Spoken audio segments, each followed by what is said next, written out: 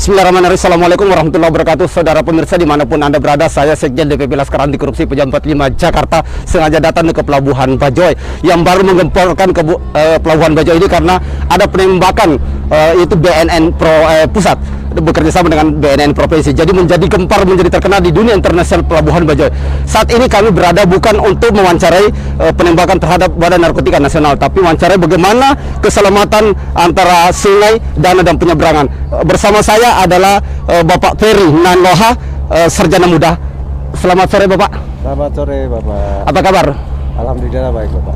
Pak, bagaimana meyakinkan publik Indonesia bahwa penyeberangan antara Bajoy, Kolaka itu para penumpangnya bisa selamat sampai tujuan? Baik Bapak, terima kasih atas pertanyaannya. Kami dari Balai Pengelola Transportasi Darat Wilayah 19 Provinsi Sulawesi Selatan Sulawesi Barat, dalam hal ini sementara di 1 Juni 2021 melanjutkan tugas dan fungsi keselamatan berlayar pelabuhan penyeberangan seluruh Indonesia itu sudah ditangani Ditjen Perhubungan Darat. Jadi kami dari seksi TSDP Transportasi Sungai, Danau dan Penyeberangan menangani penjadwalan kapal dan izin layar kapal. Pak Ferry, saya melihat tadi kapal segiannya sudah mau lepas tali, tapi Bapak melakukan administrasi. Apa yang membuat proses sangat ketat Bapak lakukan? Apakah karena demi keselamatan penumpang atau bagaimana lebih mempercepat supaya kapal tersebut segera tiba di Kolaka? Jadi, oke Pak, jadwal waktu keberangkatan KNP Misima ini sebenarnya Bapak di jam 12. Jam 12. Sesuai dengan jadwal keberangkatan. Tapi kami mengacu ke aspek keselamatan. Terkait aspek keselamatan, kita ketahui bahwa kapal Roro, kapal yang Roro ini yang beroperasi di Pelabuhan Penyeberangan Bajoy ini kapal penumpang Pak. Iya, iya. Kapal angkutan orang. Iya, iya, iya. Nah, ini kapal angkutan orang ini terkait masalah aspek keselamatan ini sangat perlu Pak, dan sangat penting sekali karena ini saya pikir ini harga mati Pak bagi kami.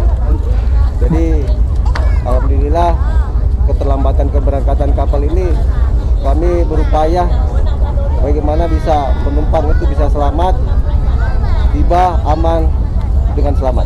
Pak Ferry, boleh dikata adalah keselamatan penumpang itu ada di tangan perizinan Bapak, karena kalau bukan seizin Bapak kapal tidak boleh sandar dan tidak boleh lepas. Bagaimana memastikan Pak keamanan keselamatan para penumpang di kapal? Apakah Bapak sudah meriksa seluruh keselamatan alat kapal? Betul Pak. Kami sebagai sah bandar, kami sudah periksa semua kendaraan yang ada di atas kapal, dibantu dengan rekan-rekan saya, termasuk administrasi kapal, surat-surat kapal, semua nanti sudah ready, baru saya tanda tangan. Bapak bisa nggak pastikan kalau ada penumpang yang memaksakan di luar kapasiti, termasuk kendaraan bermotor, kendaraan roda 6 dan 10 misalnya memaksakan masuk seperti full, apakah Bapak bisa memastikan bahwa tetap tidak boleh masuk? Tetap kami tidak bolehkan masuk Pak, karena ini terkait aspek keselamatan penumpang. Saya tidak mau satu penumpang korban dari 100 orang Pak, saya kira 100 atau 200 orang, ataupun orang yang di atas kapal itu korban dari 1 orang.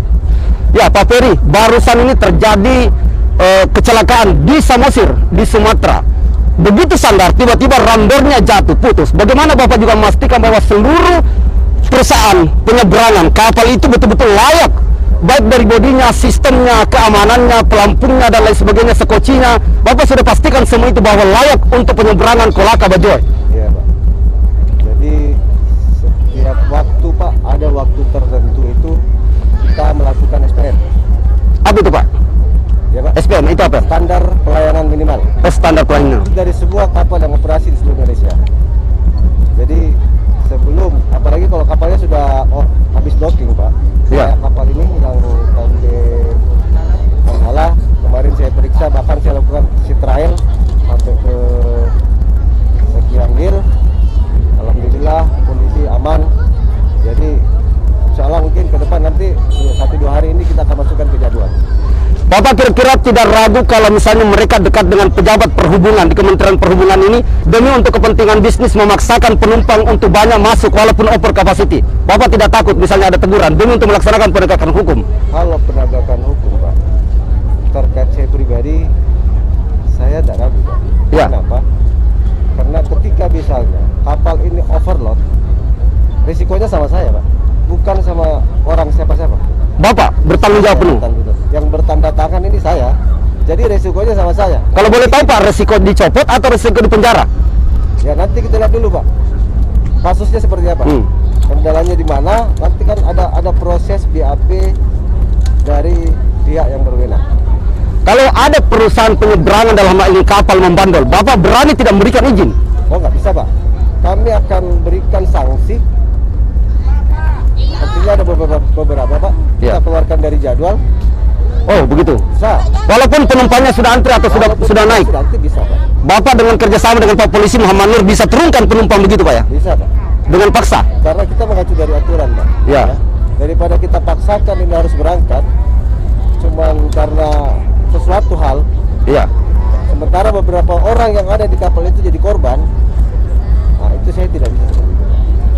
Apakah Bapak setiap sebelum melepas kapal tersebut dari Bajau ke Kolaka, Bapak ada draft misalnya kapal, kemudian volume dan jumlah berdasarkan jumlah penumpang yang pengambilan tiket Pak, apa sudah diperiksa semua?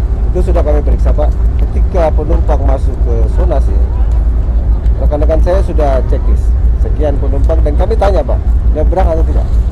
Ketika checklist kapan lepas lebih dari kapasitas daya angkut orang, kami sudah stop. Ya. Begitupun kendaraan. Kalau kira-kira Pak menyamar sebagai pedagang, Ya. lalu tiba-tiba pura-pura dagang, kemudian di dalam langsung dilepas dagangannya demi untuk menyeberang, dia tidak melakukan, tidak ada voice-nya dan sebagainya Pak. Gini, Pak,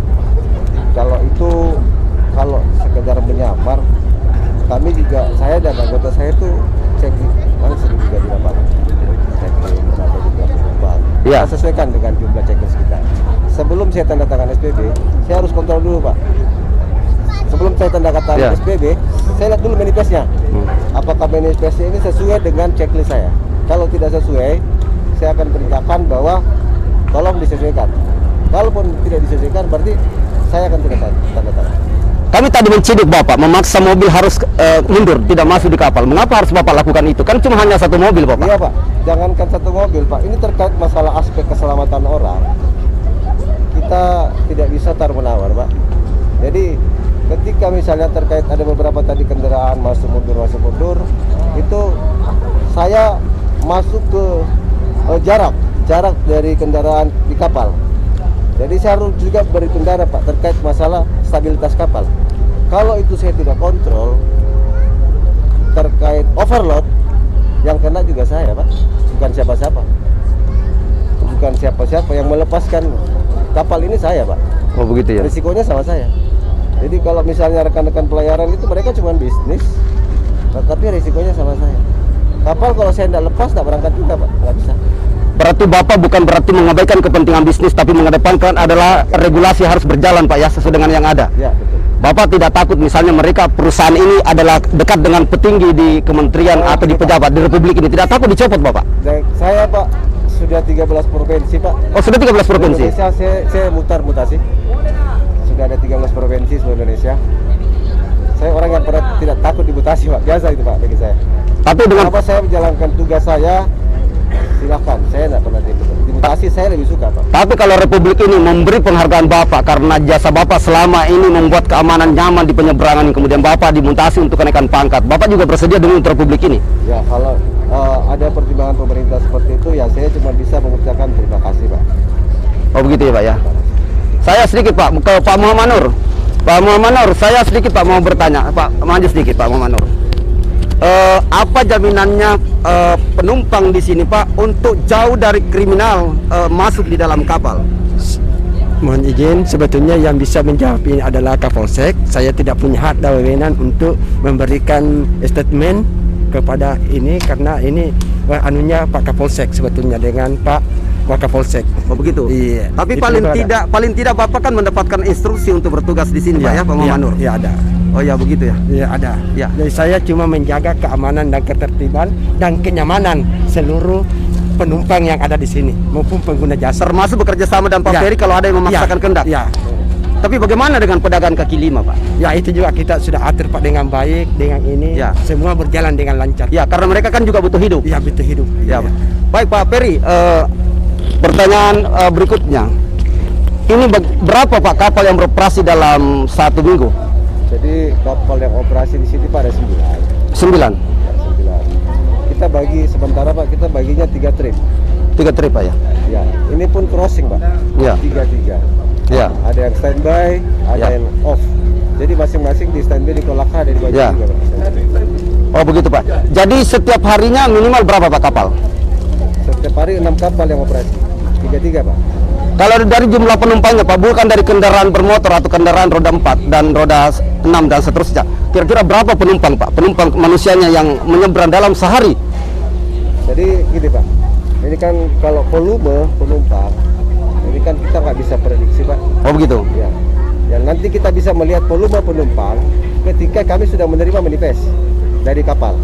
Nah itu kami sudah bisa baca volume penumpang karena mulai hari tanggal 1 Juni kami akan perketat berapa jumlah penumpang yang naik ke kapal seperti itu Pak. Dan kami bisa pastikan bahwa jumlah penumpang di atas kapal kami akan pastikan sesuai dengan manifest. Bapak bisa pastikan kalau tidak sesuai dengan manifest pasti Bapak turunkan bersama pihak kepolisian Pak Muhammad Nur begitu ya? Insya Allah Pak. Dengan segala resiko Bapak saya lakukan. Segala risiko. Baik saudara pemirsa dimanapun Anda berada, saya Sekjen DPP Laskar Anti Korupsi Pojam 45 Jakarta sengaja datang ke Pelabuhan Bajoy yang barusan menggemparkan karena ada penembakan BNN dari pusat oleh narkoba yang terjadi transaksi narkoba di sini. Maka hari ini kami sengaja mewawancari oleh Pak Ferry. Beliau adalah salah satu pejabat di Republik ini yang ditugaskan di Kabupaten Bone di Provinsi Sulawesi Selatan, yaitu khususnya penyeberangan Kolaka Bajoy. Inilah Pak Ferry Lendoha, sarjana muda. Beliau sangat berprestasi dan sangat edukatif, dekat dengan media, dekat dengan LSM, dekat dengan wartawan, bahkan dekat dengan masyarakat siapapun. Beliau adalah sangat komunikatif. Saudara pemirsa dimanapun Anda berada, beliau juga layak kita promosi untuk memperbaiki Republik ini. Bagaimana penyeberangan yang terbaik, bagaimana keselamatan yang terbaik, kemudian bagaimana kenyamanan dan kelayanan penumpang. Termasuk beliau berani menegur, berani mengawasi dengan ketat. Kalau kelebihan manifest, dia tidak merangkatkan, dia tidak segan-segan memundurkan atau membatalkan keberangkatan mobil dan kendaraan tersebut. Begitu juga penumpang. Demikianlah reportase kami pada sore hari ini. Billahi taufiq wal hidayah. Assalamualaikum warahmatullahi wabarakatuh. Selamat sore dan salam sejahtera.